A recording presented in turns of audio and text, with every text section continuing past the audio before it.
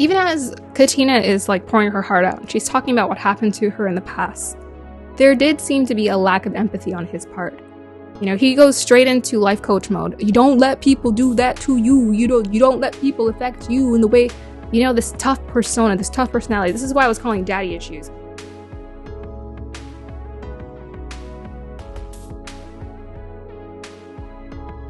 Hey guys, welcome back to my YouTube channel. Shantia here. So today we are getting into a review for Married at First Sight. If you're new to my channel, I dedicate it to the women out there, helping you to empower you to find the life and create the life that you want, the career that you want. I'm all about that. So this is the channel for that. Now let's go ahead and get into this review. I have a theme, a title that I think really stood out throughout the entire episode, which is Noi's quote, actually, that she posted on her, I don't know if it was her Instagram, somewhere on her social media, when she was having a conversation with Lindsey, Katina, and Jasmina during the girls' day. She said that she posted something about you marry your spouse's trauma, their inner child, all the issues that come with them.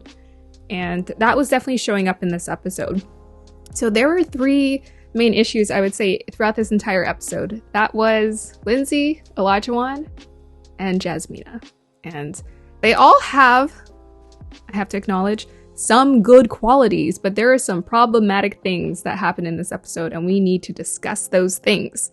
Okay, so let's go ahead and start with Noi and Steve, since honestly there's nothing as far as drama between the two of them. The opening scene was that Noi sent Steve on a scavenger hunt for him to go searching for these little treasures, reliving their memories that they had created in like the 3 weeks that they've known each other. I thought that was really thoughtful of her because Steve is the adventurous type of person, so I thought that was thoughtful. He also thought it was thoughtful. And according to the after party, Noi acknowledged that he had been on that scavenger hunt for about 2 hours. So he was definitely committed for sure. After he had that scavenger hunt and they hugged and they kissed, this is kind of maybe a little surprising considering that they had that unnecessary disagreement and conflict over the noodles incident in the previous episode, because of Noi's immature reaction to him and not knowing how to handle conflict properly. Still, they made up, right? And I think that is such an important trait, is to be able to let go, to move on. This is actually one of the reasons as to why Lindsey and Mark are still together, is they both know how to calm down enough just to get back together, even when it's not healthy. So a little bit of codependency there. With Noi and Steve, I feel like the energy is much lighter. He even complimented her, saying that, I feel like I have a special wife.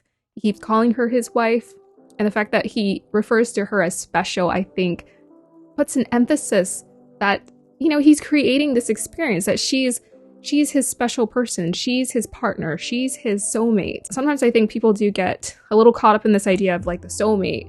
I'm like, you're really not going to know that person's your soulmate probably 5 or 10 years into the marriage, when you've been through things, you've seen what that person has done, and you're like, wow.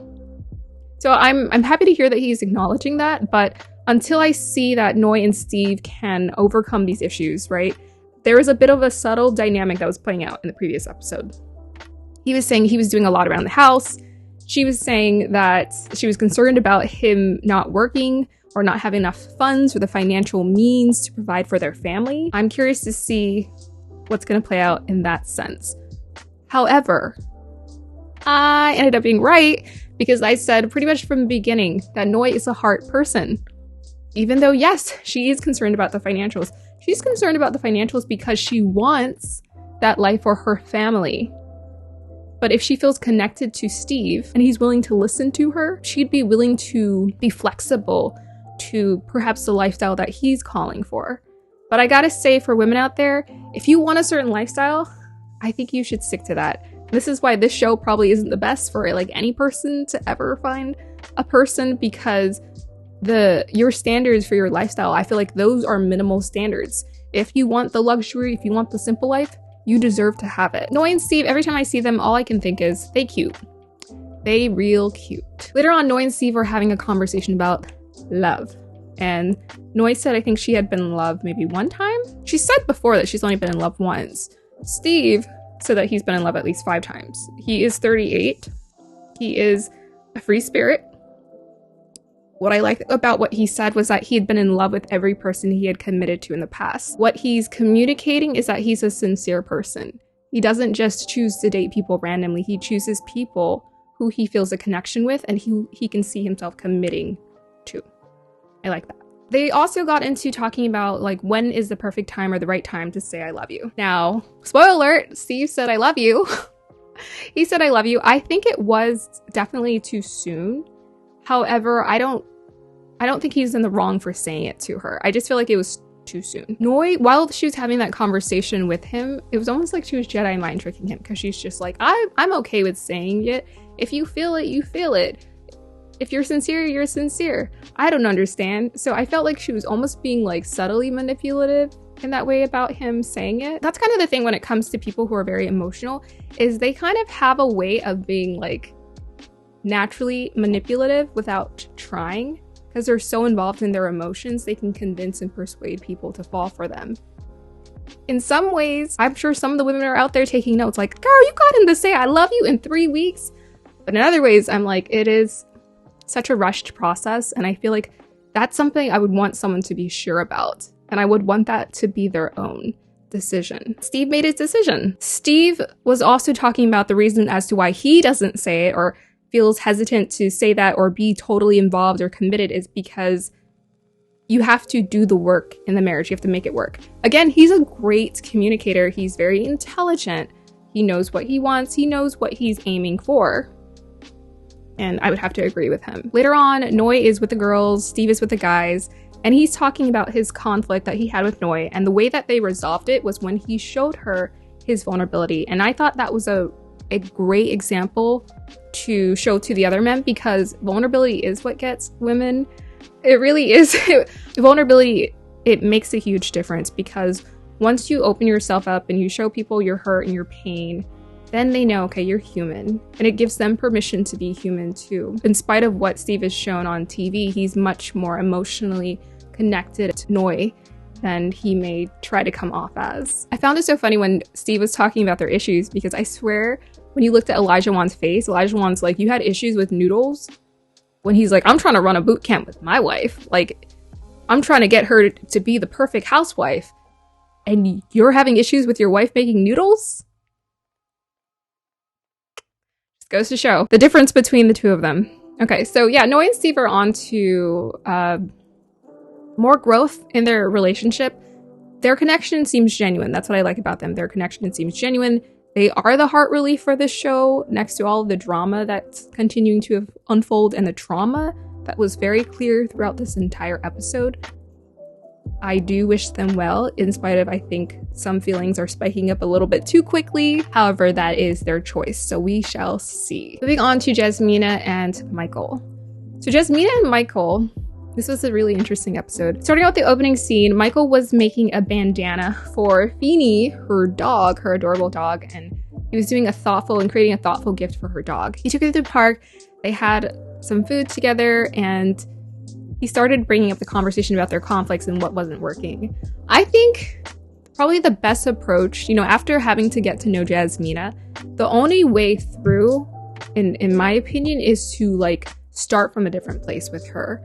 I would recommend to Michael, start from a lighthearted place, start from an easier place, start from jokes and fun and laughter, because both of them are so, once they get serious, it just gets really serious and they can't get past that block. And part of that is the way he's naturally hardwired, especially after having gone through so much trauma from the age of 6 or 7, and then having that repeated trauma throughout his entire life. It's obvious that he's just used to having to be in that constant state of seriousness. She was happy to see that he was embracing her dog, because basically her dog is kind of like her kid to her. It means a lot to her. And then they got into that serious conversation about the conflict. And immediately Jasmina was she's like, Tone, you're Tone. And she was very dismissive towards him. So after seeing that conversation between Michael and Jasmina, now I know she's most definitely is projecting onto him, because she was telling him to relax. I'm like, he sounded calm as a cucumber. There is major issues there for her. If that's what she sees as conflict or too much, then I'm not really sure what she's put up with or what has alerted her so much that she can't handle. She's talking about a natural, normal conversation. She's having a hard time just having a normal conversation with him.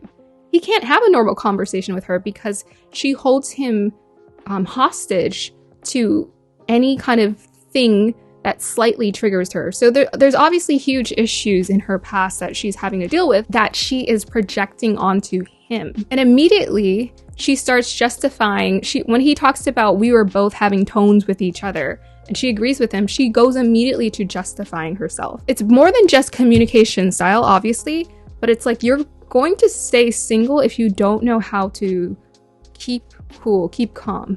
You know, she has a way of sometimes projecting herself in a way that is like very calm, relaxed, intelligent demeanor. However, she has a very triggered side to her too that needs to be dealt with immediately.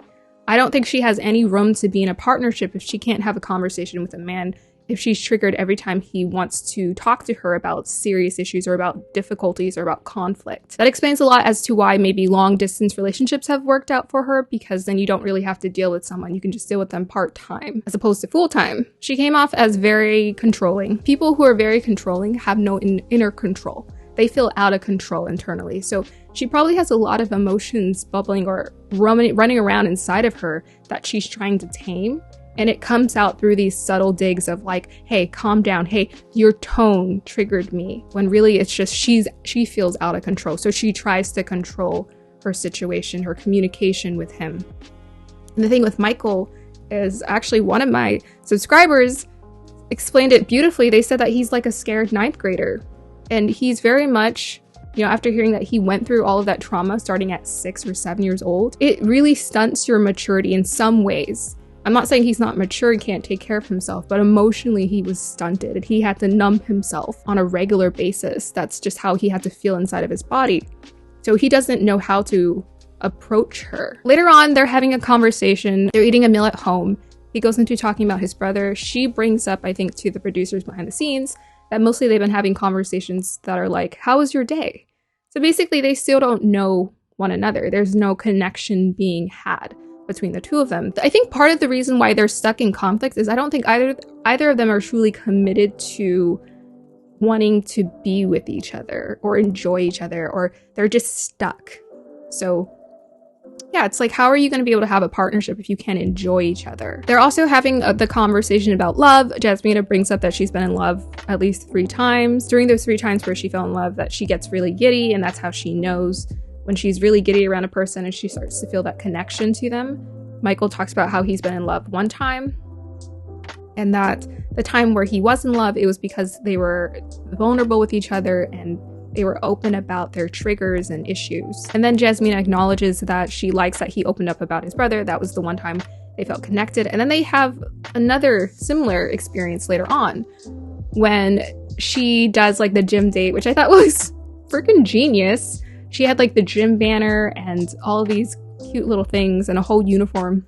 I thought that was super thoughtful, super cute. He later goes into having that conversation about when he was at 6 or 7 years of age, his older brother was killed. That was the vulnerability. And in fact, that's what I brought up a few episodes ago when I was saying he brought up the bullying and the thing that happened to him when he was in like 6th grade, but there was no emotion. He was so numb that there can't be a connection when you're sharing stories like that through a numb emotion or through a numb shell, because you're not open.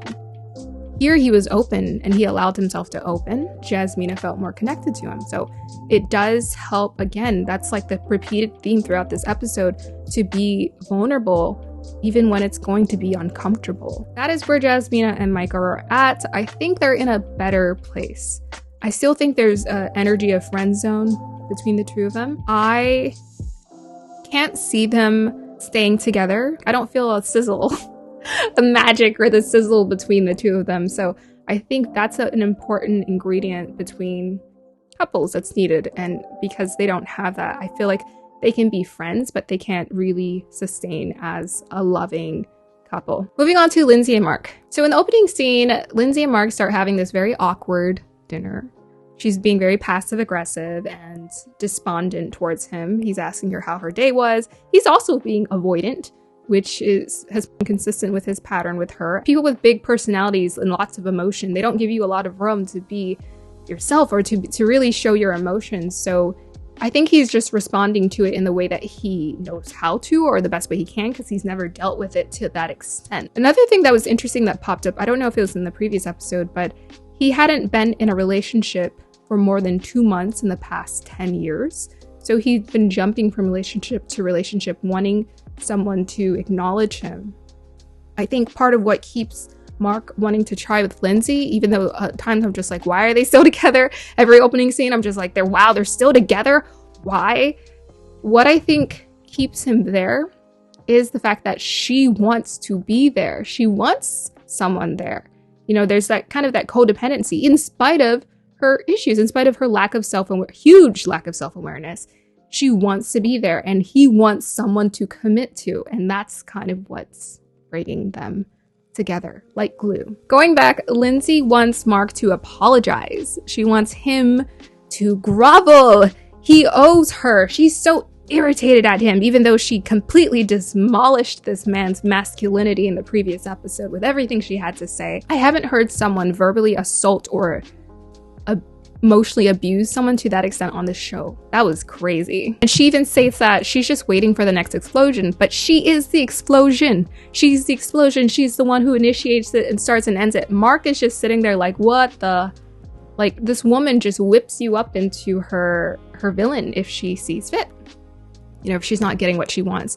Lindsey's very manipulative, very much so. Mark mentions to the producers behind the scene that they're not meshing well.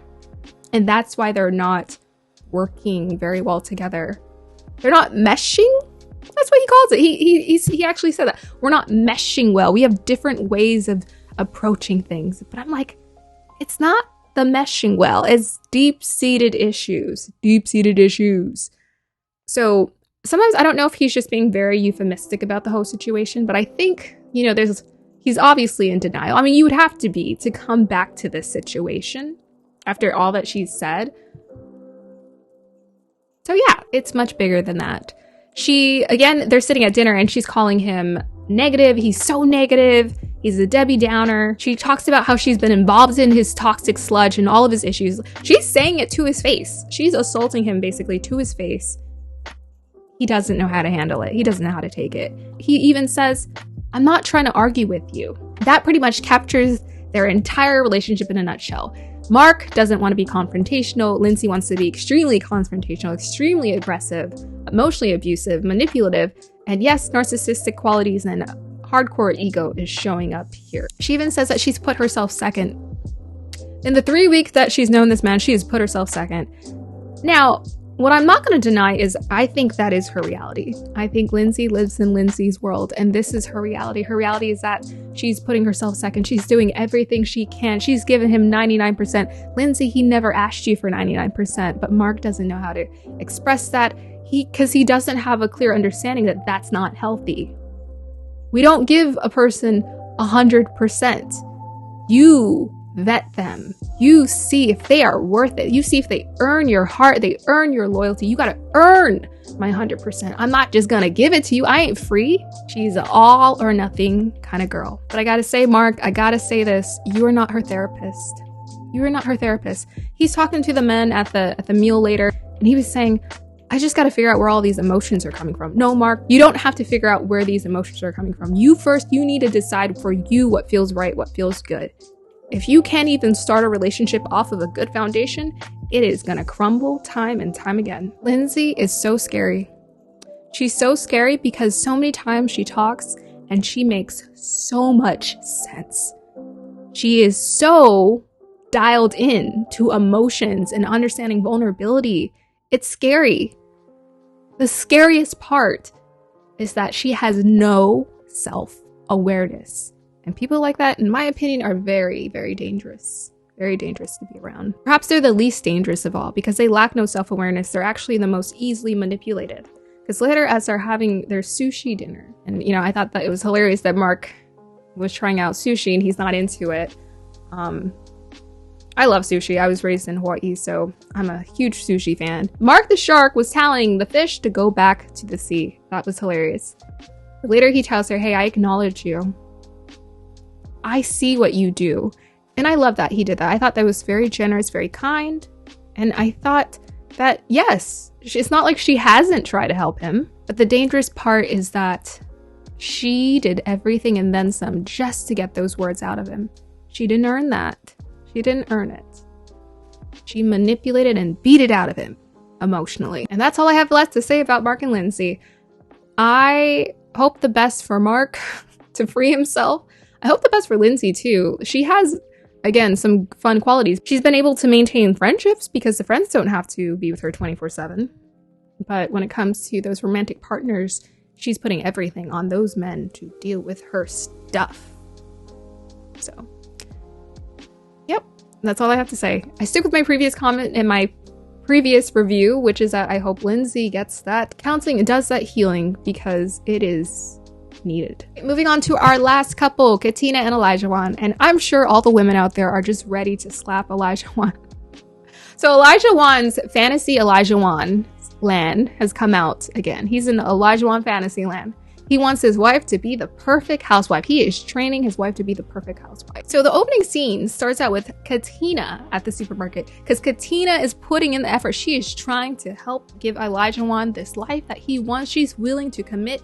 She has the maturity to know she is willing to do the work. She is acknowledging that. She is taking his critique with grace. Later, it's shown that they're having a meal together and he's expressing how he was very disappointed that she didn't clean with him, even though she said, hey, I just want to clean half the floor. And he's like, okay, I'll take it over. And then he goes and proceeds to yell at her about not doing it. That, sir, to me that is a very unhealthy approach to your anger.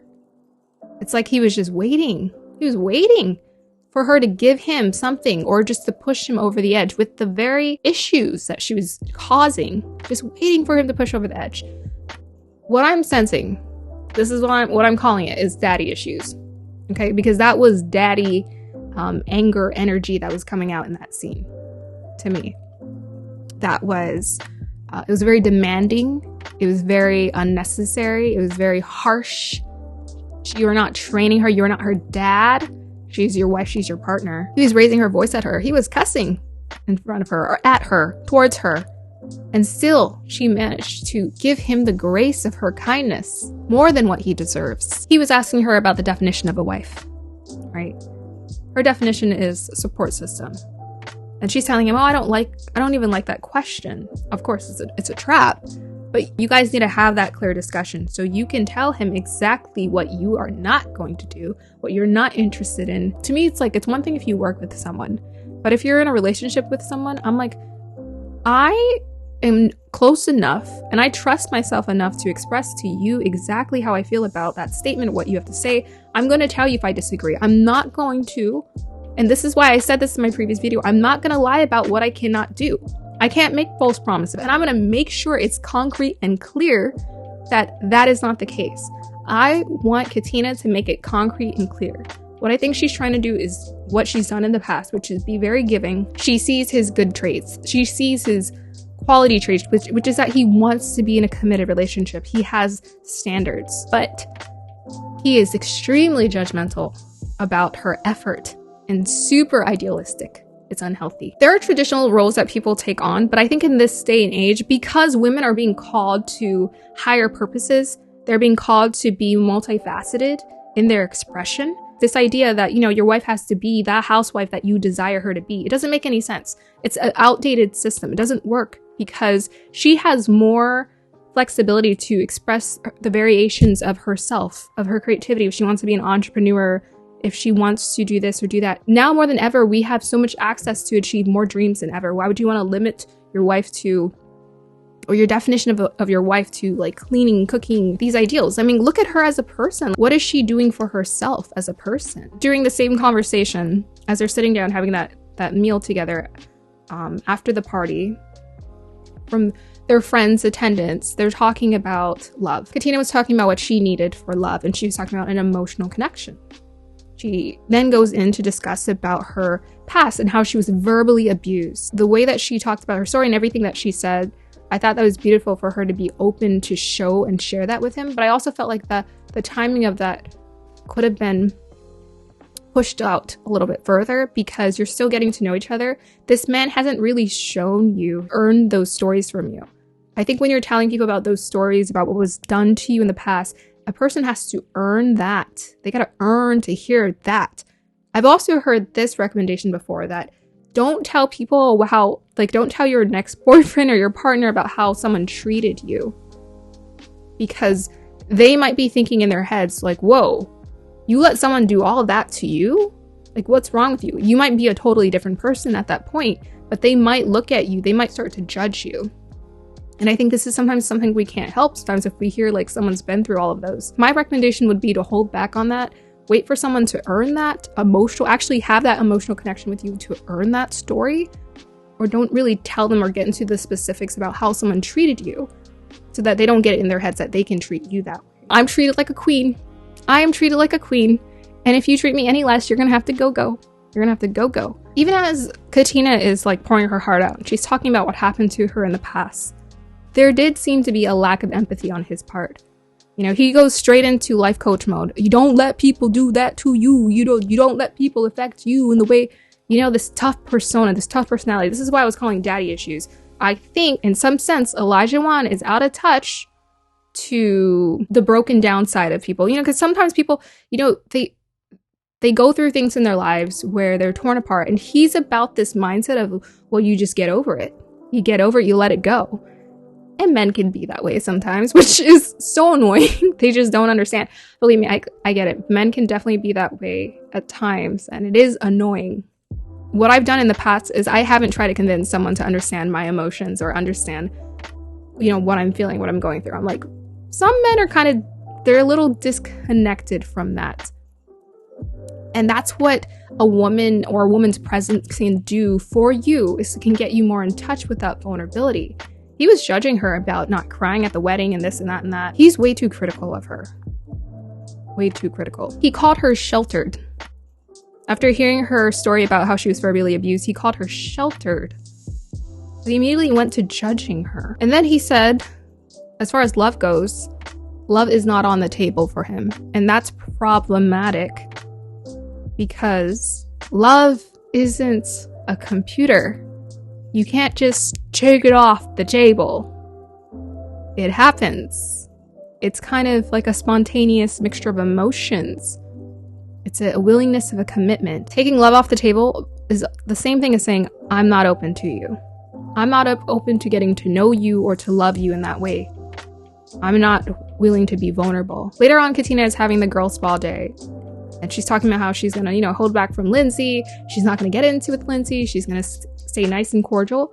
And I'm just like, but where's that fight with Olajuwon? Like, you know, conflict isn't a bad thing. It is not a bad thing. And in fact, men respect you when you know how to stand up for yourself even more. Because they will test you. They will push you. And they will respect you more if you say no. Fiercely. She has it. She has it. I want to see her bring it out more with him. I feel like he's getting a pass with her.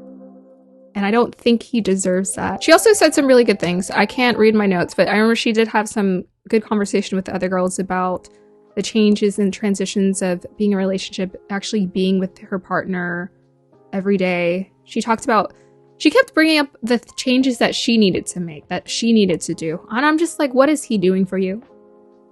He needs to be doing these things for you. Just because he has more. This is why I talked about this in my previous review.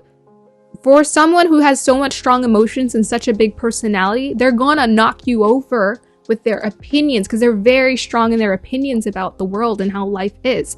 You have to be just as strong in yours. Now, for women, I would recommend you don't have to verbalize everything strongly. In fact, it works to your advantage if you soften your approach. Because you can come in like an assassin. They won't expect it. But soften your approach, but still be just as strong in your values. Just do it in a much more silent way and adhere to it through action. Later on, Olajuwon mentions that it's tough. That's what he said to the men. He said it's tough when you're living with someone who you're having to like train or who isn't doing their part. And I'm just like, really? Is it that hard, Olajuwon? Is it that tough? You're not her trainer. You're not her father. You're her partner. She's your equal. And just by the fact that you devalued her opinion and devalued her by telling her what she wants and how she isn't enough, tells me the quality of husband you have in you compared to your standards of the quality of wife you feel like she is. Your quality of a husband is down there. Because it starts with you seeing her. It starts with you seeing her value. That is my review of the Married at First Sight episode. It was intense at moments, but I was surprised by Olajuwon's reaction. Like that it came out so strongly, that he was so disappointed. Again, he is so transparent. Him and Lindsey, very transparent. You know, even though they got some toxic ways, they're very obvious about them. You know, they ain't hiding it. They're not deceptive. Lindsey has been manipulative, but they're not deceptive. And that's because of the lack of self-awareness, of understanding what's needed in a partnership, that stubbornness. Whew, they gotta work on that. All right, guys, so that is my review for Married at First Sight. I hope you guys enjoyed that. Make sure you subscribe, comment down below, let me know what you want to let me know. Let me know how you felt after this episode about where the couples stand. And I hope you have a wonderful day or evening. Check out my 20% off coupon discount code down below if you're interested on what's on my website. I do art, photography, painting, drawing. I do it all, okay? Do it all. And I also started a new series called Heal, Feel, and Reveal, where I am committed to helping women really find their passions and liven their life. This. I'm helping women to do this with their lives. Bring some excitement, bring some vibrancy, some color to your life. We're talking about all the areas. We're talking about organization. We're talking about purpose. We're talking about career. We're talking about our emotions, abundance, limiting beliefs. All of it is packaged there. And this is going to be an ongoing series until it's not. All right. Thank you guys. Have a wonderful day or evening for the last time. Goodbye.